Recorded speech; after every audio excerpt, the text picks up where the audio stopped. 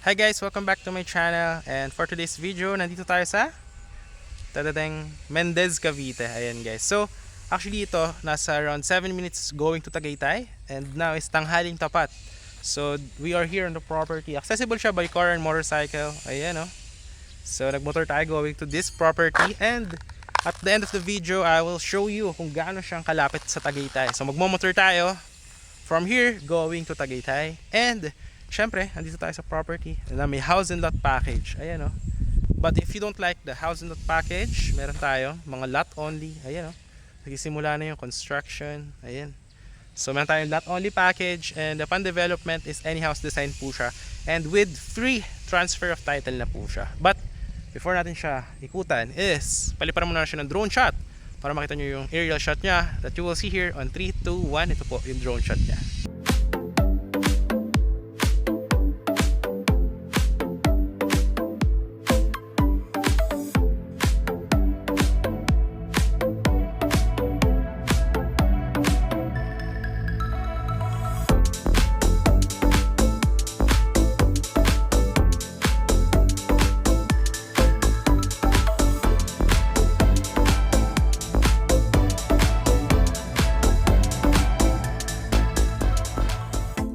So yun guys, nakita nyo naman yung drone shot ng ating property. So, we are here at the roundabout, no? So we are here at the roundabout, and then that is the entrance. Ayan, a guardhouse.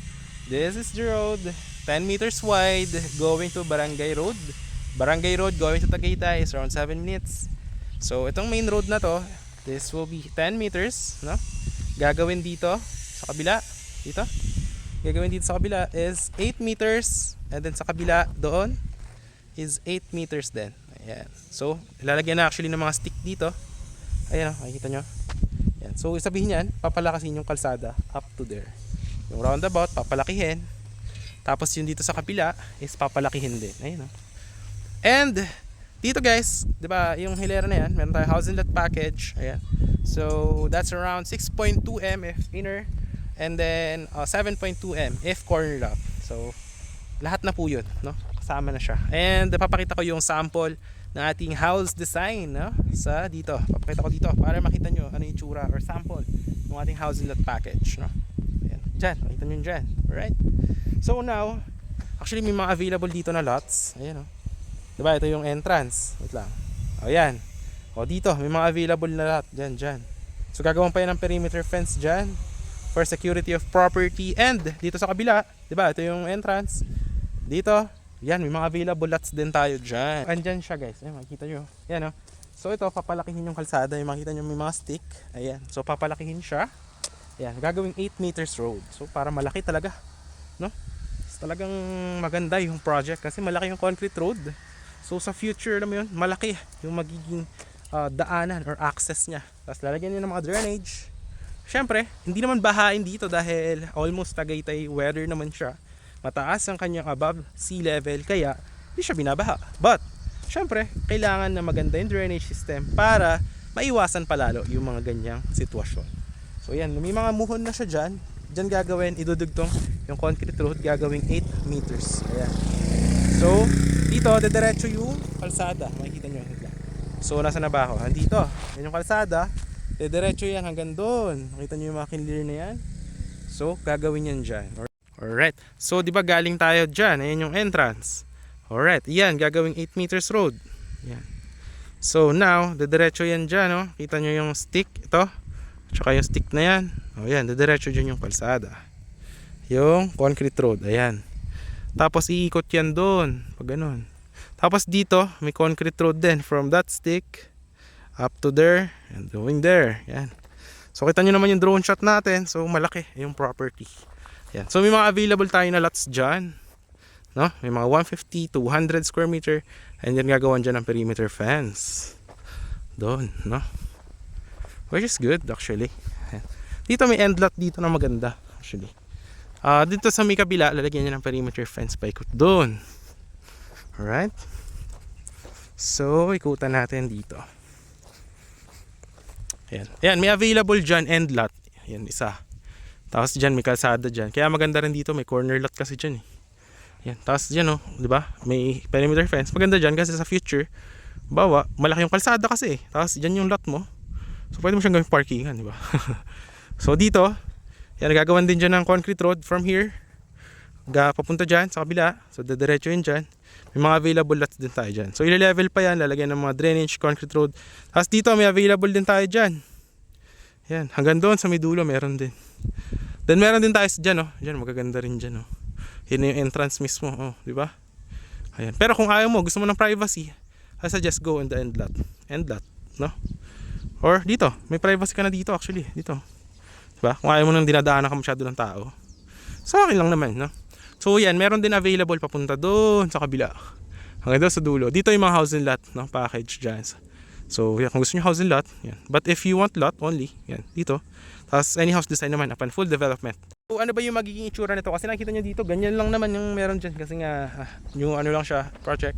So ano ba yung magiging sample na itsura ng ating project kapag tapos na and may mga nakatira na. So papakita yun dito, yung aerial shot nya, yung mga sample natin project.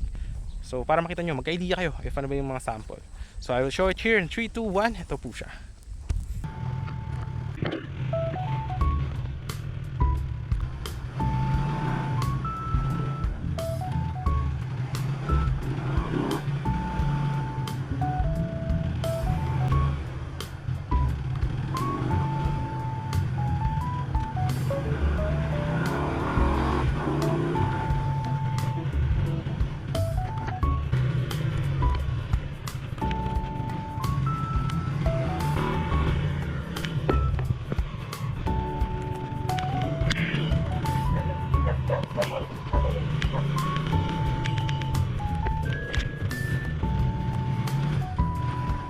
Yes, ito yung isa sa inikutan natin na katabi lang nung project natin na bagong open. So ganito rin yung magiging itsura nung property after development. So yung sinasabi ko sa inyo, may mga concrete roads. Tapos yan, any house design, pwede rin na parang mini farm, ganyan. So depende po sa inyo. Tapos magkakaroon din yun ng mga lines sa kuryente, ganyan. Tapos yan, pwede rin ng mga malaking houses or what. So yan, mga ganyan. Pwede nyo rin bakudan, tapos lagay ng mga halaman. So depende na po yan sa inyo. So yan, actually dito katabi niya lang din tong yung project namin na yun na bagong bukas. So dito is yung mga client na kumuha dati, yan, natapos na kasi yung development dito. So yan, dito na sila nakatira. So actually mga ano lang to, mga actually 7 minutes to Tagaytay. Yung sa property kanina mga 10 minutes. Kasi mga 3 minutes from the property going to this one. So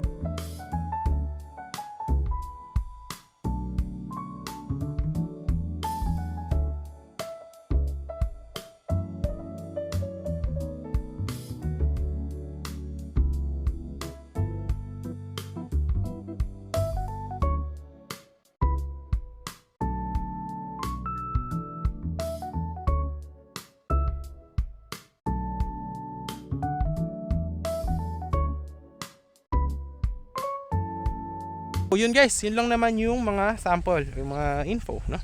So I hope na nagustuhan nyo. So ngayon guys, ayan, nakita nyo naman, tirik na tirik yung araw. Pinapawisan ako, but hindi siya yung malagkit sa katawan. Actually, malamig siya. So pawisin lang din talaga ako kasi lagi ako nag-gym and I always do sports. So mabilis akong pawisan, which is healthy, no? Siyempre health is wealth, number 1 yan. So yun, yun lang naman yung ating sharing for today. Nakita nyo may aerial shot nya. So ngayon magmamotor na tayo from here going to Tagaytay. So yun lang, nandiyan naman yung Viber, WhatsApp ko. Message nyo na ako if you are interested. So yun, let's go and peace out.